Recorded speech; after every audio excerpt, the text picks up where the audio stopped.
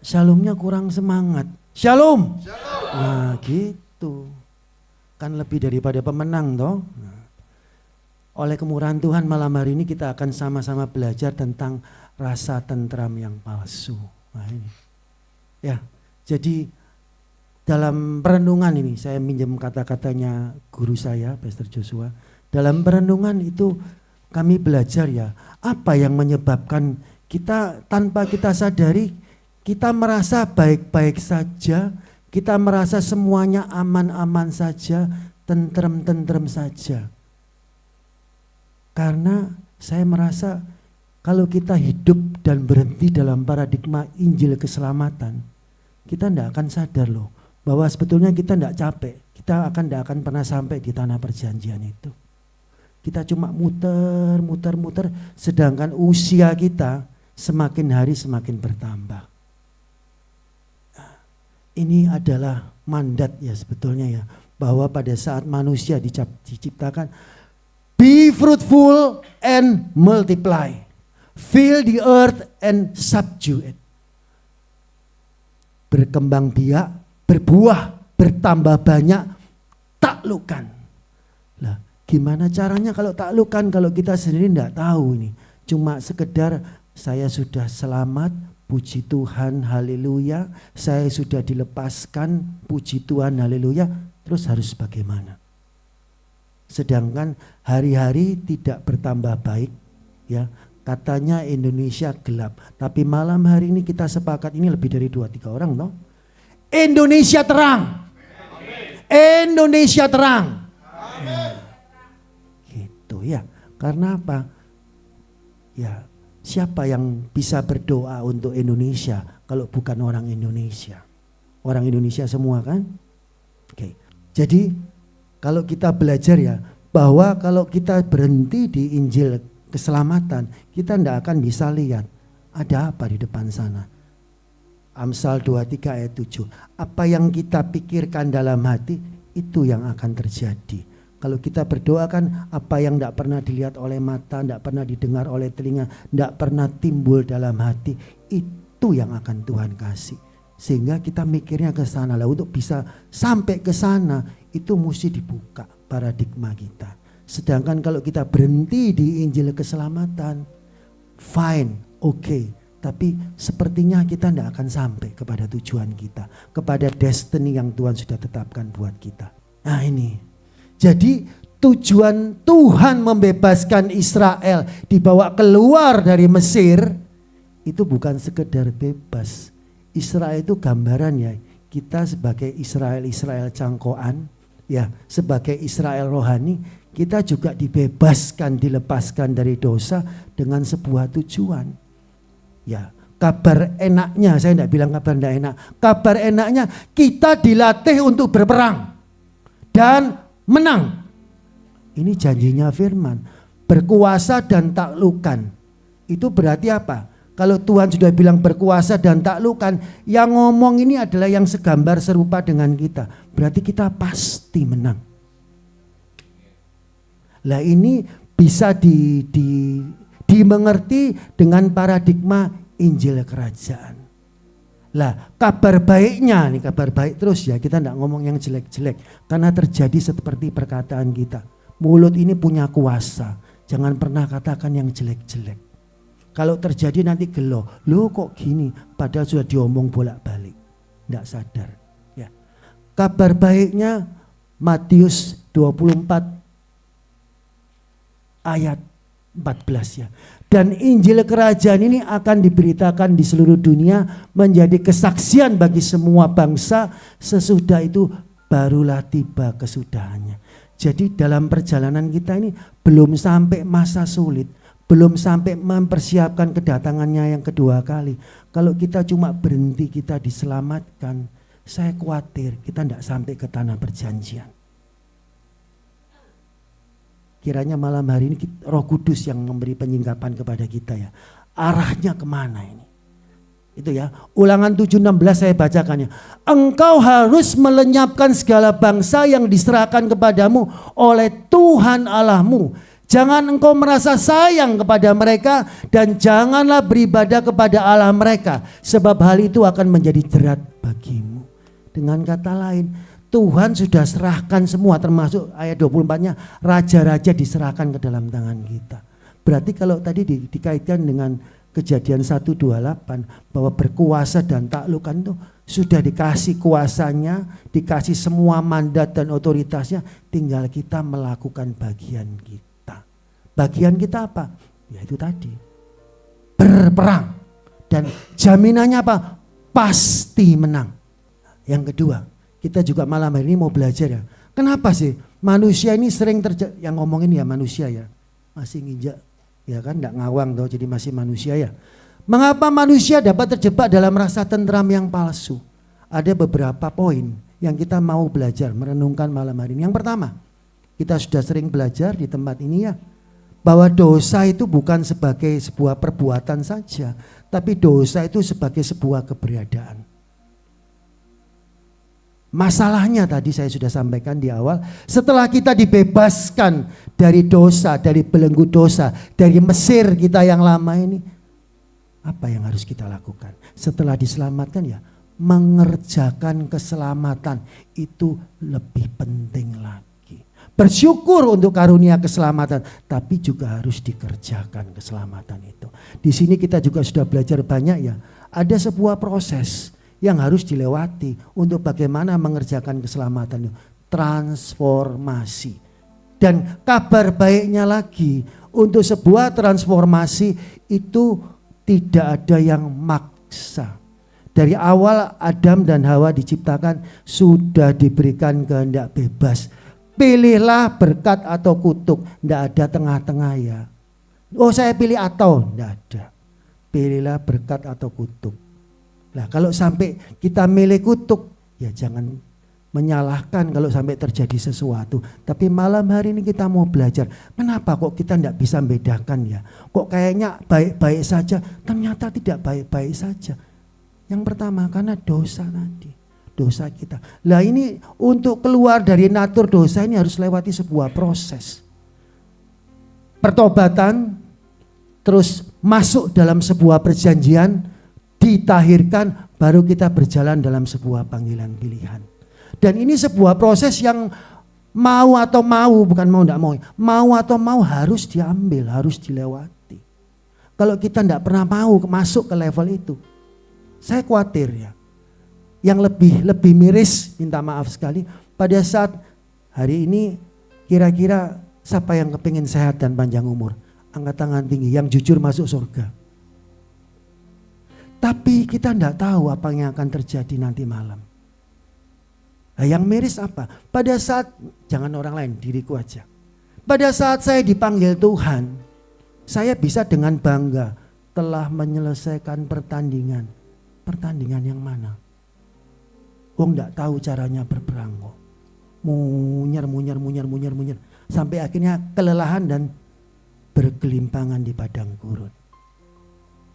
Itu yang pertama ya, dosa itu yang menyebabkan kita tidak bisa tahu ini gimana kondisi yang sebenarnya. Yang kedua, dunia dan sistemnya yang sedemikian bertambah rusak. Mau tidak mau ya kembali ya, ini bukan sebuah pilihan kalau yang ini. Untuk bisa masuk dalam kerajaan sorga, kita kan tidak cuma, kalau target itu masuk kerajaan surga, haleluya. Katakan haleluya. Nah, tapi yang Tuhan janjikan itu lebih, memerintah dan berkuasa bersama Dia. Nah, tentunya itu ada kualifikasinya. Dalam 3 minggu yang terakhir kita sudah belajarkan menjadi selaras dengan Tuhan. Lah untuk masuk pintu sorga aja itu saringannya banyak. Dengan kata lain, kenapa ada pemurnian, penampian, itu disaring. Bahasanya mungkin kalau bahasanya kitab Kejadian, replenish, terus dilakukan. Sampai yang kedua itu waktu manusia bertambah jahat, ada air bah. Itu mungkin minta maaf kalau pendapat saya kurang pas, tapi ini pendapat pribadi ya. Itu replenish 2. Ya. Bagaimana Tuhan mau memurnikan umat pilihannya untuk dipersiapkan. Dan Tuhan sendiri, saya tidak bilang nanti Yang ketiga seperti apa? Tapi jelas bukan air bah. Dia sudah janjikan dikasih busur pelangi di awan. Itu dia selalu ingat, tidak akan air bah lagi. Dengan kata lain, tapi kalau kita baca di Abraham ya, Lot itu hujan belerang. Saya tidak nakut-nakuti. Kalau kita sekarang tidak siap, kita cuma ke gereja, fine, oke. Tapi apa yang harus kita lakukan? Bagian apa yang harus kita lakukan? Padahal kita sudah belajar di sini, kita diberi identitas, kita diberi harkat dan martabat. Selanjutnya juga diberi sebuah destiny, sebuah tujuan. Lah ini semua bisa dilihat jelas kalau kita belajar bersama-sama, puji Tuhan. Di sini kita sudah belajar tentang paradigma Injil Kerajaan Sorga. Sebuah tatanan yang menjadi sebuah panduan, menjadi sebuah pedoman bagaimana menjadi selaras dengan Sang Raja itu. Nah, yang ketiga, sekarang kita kepingin belajar sama-sama. Apa wujud atau manifestasi dari rasa tentram yang palsu itu? Ada beberapa. Yang pertama, kalau kita terus hidup dalam paradigma Injil keselamatan saja serta melihat keadaan dunia yang semakin parah ini, istilahnya kalau dalam Alkitab corrupt world and corrupt system ya. Ini secara tidak sadar, ini sebetulnya kalau ayat ini perenungan malam ini diambil dari kitab Amos ayat 6, pasal 6 ayat 1 sampai dengan 7. Itu bicara tentang sebuah penyembahan, bicara tentang ibadah. Nah ini saya masuk ya. Jadi situasi paradigma di Injil keselamatan, saya tidak bilang salah ya. Juga keberadaan manusia yang berdosa ini bukan cuma perbuatan, tapi keberadaannya berdosa ini plus situasi yang tidak semakin baik, sistem yang sudah semakin rusak ini akan membuat fungsi dari 5 jawatan ini akan geser. Lah kalau ini sudah geser, otomatis senternya juga akan geser. Malam hari ini oleh anugerah Tuhan kita terus belajar ya bagaimana tabernakel Daud itu. Semua orang diundang masuk. Bukan hanya imam besar yang notabene cuma setahun sekali, enggak. Semua diundang masuk. Tapi tentunya ada sebuah tatanan yang harus dilakukan, yang harus dipenuhi supaya kita qualified untuk berjalan tadi. Untuk menggenapi panggilan. Kadang-kadang kita juga nggak sadar. Saya sudah melayani mancanegara. Haleluya. Pertanyaannya, apakah itu selaras dengan kehendak Tuhan? Tidak ada yang tahu. Loh Pak, banyak Pak. Gini. Ya oke. Memang semua itu dilihat dari buahnya. Kadang-kadang kita merasa, ini rasa tentram yang palsu ini juga masuk ke sebuah ibadah. Yang paling penting sudah di beberapa kali kita belajar sama-sama bahwa kita membangun hubungan dengan pribadi Yesus itu. Firman itu sudah jadi manusia. Pak Andreas ngantuk Pak? Enggak ya. Jadi pada saat firman itu sudah jadi manusia, jangan dibalik nomene jadi firman. Nanti malah kita yang bingung. Ya. Jadi ayo bangun hubungan sama Tuhan. Ini. Matius 9:35. Demikianlah Yesus berkeliling ke semua kota dan desa. Ia mengajar di dalam rumah ibadat dan memberitakan Injil Kerajaan Sorga serta melenyapkan segala penyakit dan kelemahan. Sebetulnya kedatangan Yesus di dunia ini bukan sekedar membawa keselamatan. Tapi dia juga sekaligus menjadi imam besar yang membuka jalan tol, ini bahasanya Pastor Joshua ya, membuka jalan tol. Untuk kita bisa langsung akses kepada Allah Bapa. Tapi di satu sisi dia juga yang ketiga ini dia juga sebagai contoh. Bagaimana sih berjalan sebagai pribadi yang bukan pribadi yang biasa. Seringnya dibahas ini, jangan jadi orang biasa. Yeremia ngantuk? Oke. Ya. Jadi katakan, saya tidak mau jadi orang biasa. Contohnya sudah ada pribadi Yesus. Jadi Yesus itu datang supaya tidak ada lagi omongan, loh dia kan Yesus. Tadi sore saya barusan dengan ponakan saya, iya itu kan Yesus, saya enggak om loh. Ya saya tidak bilang itu salah, enggak. Tapi wong kita ini desain awalnya segambar serupa dengan Yesus kok. Dengan kata lain ya paling enggak ya memper-memper gitu loh. Jangan belas bertolak belakang. Lah untuk bisa ke sana dia sudah hadir. Kan firmannya kan ngomong, kita kalau sampai mengalami sesuatu itu kan tidak sampai mengeluarkan darah toh, sehingga pasti kita bisa lewat. Kan pencobaan itu pencobaan biasa ya, tidak melebihi kekuatan kita. Lanjut. Celaka atas orang-orang yang merasa aman di Sion, yang merasa tentram di Gunung Samaria, dan kaum Israel yang biasa datang ini. Komunitas iman cenderung menjadikan umat Tuhan itu eksklusif, ya. Menjadi sebuah membership dan bukan citizenship. Secara tidak sadar komunitas iman kita kadang-kadang membuat kita menjadi sebuah tempat yang aman dan nyaman. Oh ini belenggu spiritual yo. Aman dalam naungan Tuhan. Tapi tidak tahu Tuhan yang mana. Sorry kalau saya ngomong gini. Firman Tuhan lebih baik diomong supaya apa? Jelas. Dan saya percaya Tuhan punya maksud buat kita semua. Ya.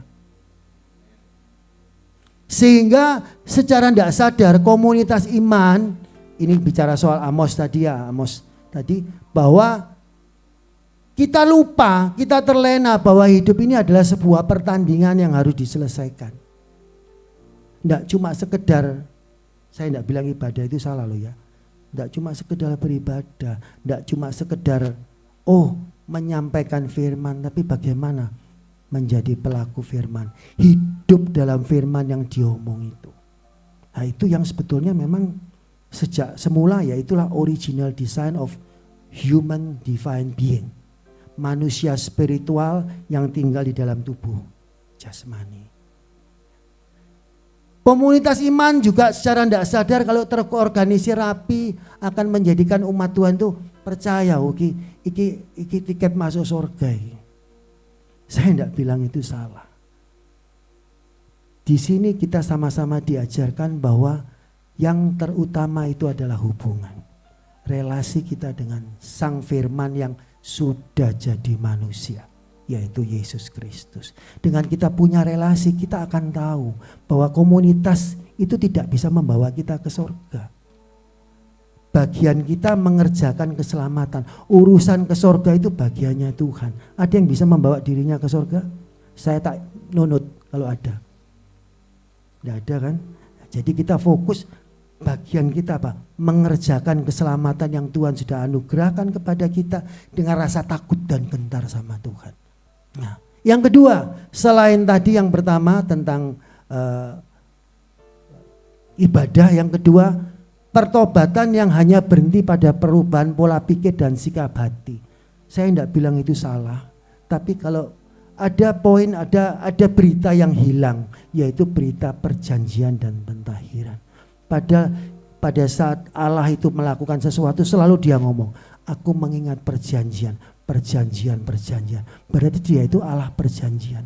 Sedangkan kita pada saat kita sudah bertobat, mengaku dosa cukup fine, dia setia dan adil, lanjutannya kan gitu ya Pak ya. Tapi permasalahannya kalau kita tidak masuk ke dalam sebuah perjanjian itu dua belah pihak ya, di mana Yesus dulu yang sudah menyerahkan diri. Ya, dengan kata lain perlu respon dari kita. Respon itu bukan sebuah paksaan ya, diberikan pilihan bebas. Mau oke, tidak mau next. Dan pentahiran ini sebuah tatanan, karena kalau saya tidak bilang salah benar ya, dan tidak difatwakan ya, tapi kalau kita cuma melewati sebuah perjanjian tanpa proses pentahiran, jangan lupa natur manusia dosa ini kayak tidur, dia akan sewaktu-waktu bangun kalau kita tidak melakukan sebuah proses pentahiran. Nah, nanti bulan depan, bulan April tanggal 9 itu ada agenda yang Tuhan percayakan dalam wadah fall, itu ada bicara soal alam bawah sadar. 80% tindakan kita ini dipengaruhi dari apa yang tidak kelihatan. Yang 20% baru yang kelihatan. Lah, secara firman segala sesuatu yang kelihatan berasal dari yang tidak kelihatan. Berarti yang tidak kelihatan ini punya power yang luar biasa. Jadi malam hari ini kita akan belajar ya. Kalau pertobatan itu cuma berhenti di situ tok, tanpa perjanjian, tanpa proses pentahiran, kita akan tidak sadar, kita sangat terbiasa dengan berbuat dosa. Atau bahkan tidak punya rasa takut sama Tuhan. Oh gampang, sebentar aja bertobat. Memang ya dan amin. Ya. Bahkan tidak bisa bedakan antara berkat dengan kutuk. Kita sudah belajar di sini ya. Jangan sampai kebutuhan mengalahkan kebenaran. Itu tidak bisa beda no berkat sama kutuk. Wabe disasak kabeh, diringkesi kabeh. Begitu ada masalah, oh alah ini bukan hakku, ternyata ini haknya orang lain. Tapi nasi sudah menjadi bubur Manado. Sudah terlanjur enak ya Pak, memang enak di awal, tapi pahit berikutnya. Dan jangan lupa, ini saya ngomong gini bukan untuk menakut-nakuti karena Injil itu kabar baik ya. Tapi lebih baik kita disingkapkan, itulah Injil kerajaan. Jadi kita tidak terlena sekedar diselamatkan, enggak. Ya. Maka inilah perjanjian yang kuadakan dengan kaum Israel sesudah waktu itu. Demikian firman Tuhan, aku akan menaruh hukumku dalam akal budi mereka dan menuliskannya di dalam hati mereka. Maka aku akan menjadi Allah mereka dan mereka akan menjadi umatku. Ini proses awal pada saat kita mengenal Tuhan. Jadi firman itu ditulis di dalam sini. Ditaruh di sini, ditulis di sini. Bahwa kita ini sudah diikat sama Tuhan. Tapi tentunya harus ada tindakan ya, diikuti dengan sebuah tindakan. Ya tadi saya bilang perjanjian dan pentahiran. Kalau Tuhan sudah nulis kan tergantung kita. Oh mau tak hapus Tuhan, aku lebih suka yang boleh. Karena dikasih pilihan bebas. Yang ketiga, mamon. Nah ini, tanpa kita sadari mamon itu menjadi saingan Tuhan. Kalau sudah ngomong mamon, mamon ya bukan Simon ya, mamon. Dengan kata lain, sudah lupa semua. Kita bisa memuaskan diri dalam kesenangan hawa nafsu, menghabiskan waktu di dalamnya, mengambil keuntungan tanpa tanda, semuanya baik-baik saja. Everything is okay. Lebih memilih makan makanan yang terbaik yang diperoleh dari penindasan terhadap orang miskin. Kita sering tidak sadar ini.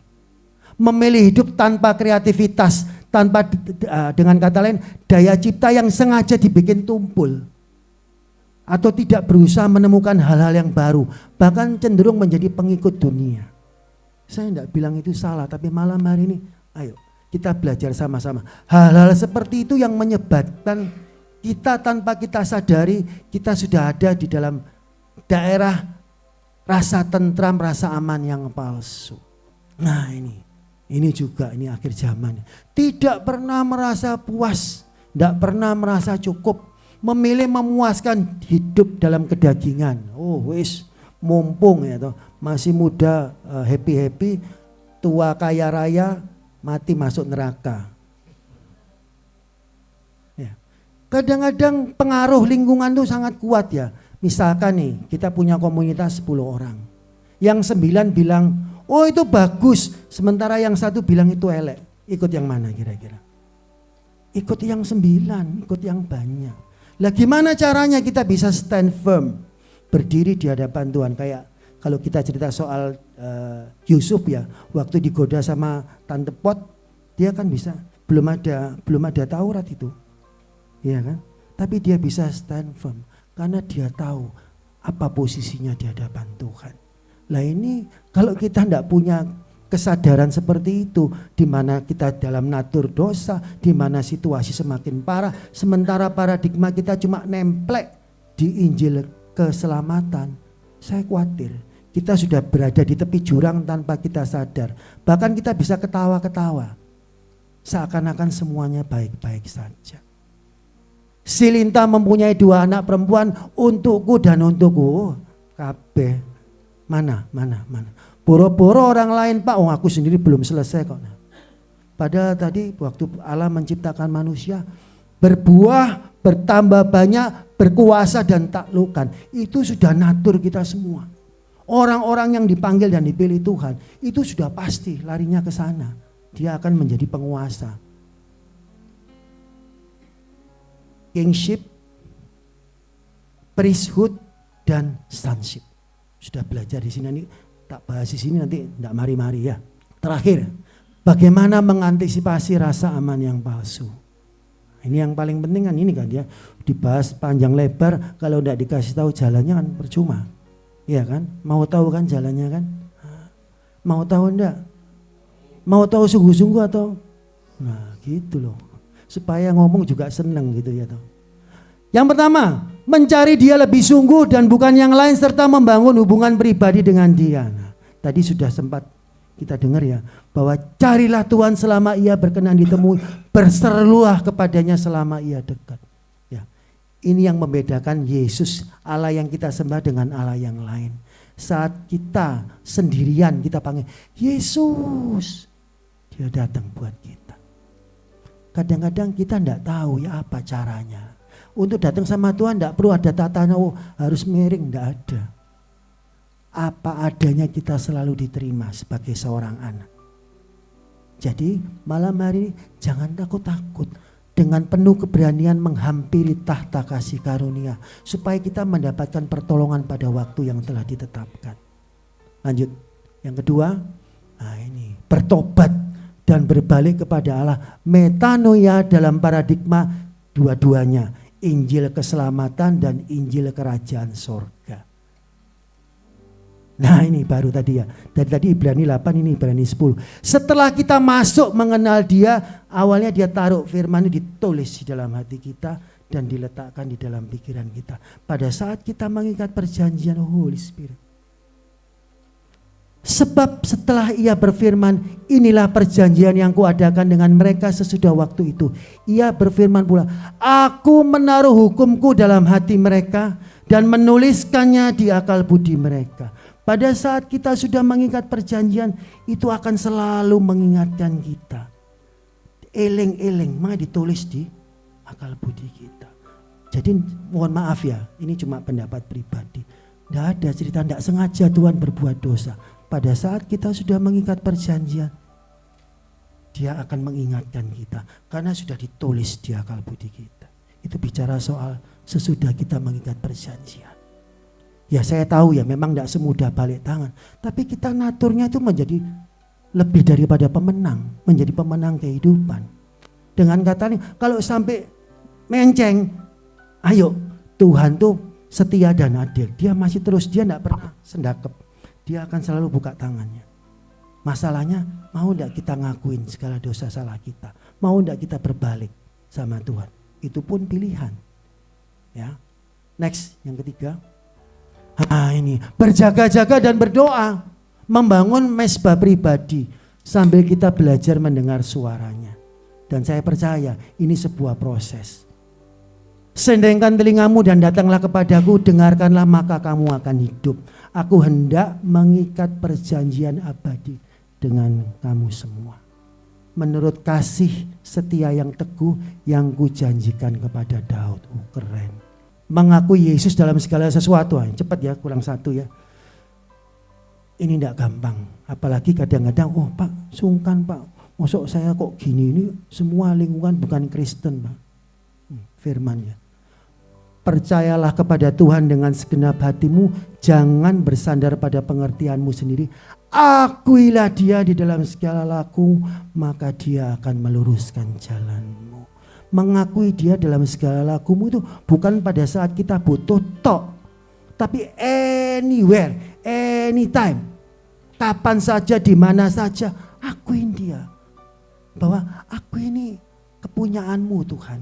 Aku ini bejana bentukanmu Tuhan. Jadi terjadi padaku seturut perkataan.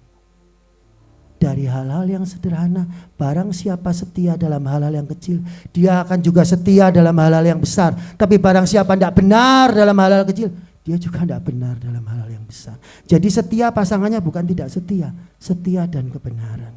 Itu satu. Yang terakhir, iman percaya yang sungguh. Ini sudah sebuah jaminan ya, bahwa setiap firman yang keluar dari mulut Allah tidak akan kembali dengan sia-sia, tapi akan melaksanakan yang dikehendaki dan akan berhasil dalam apa yang diperkatakan. Tuhan Yesus memberkati.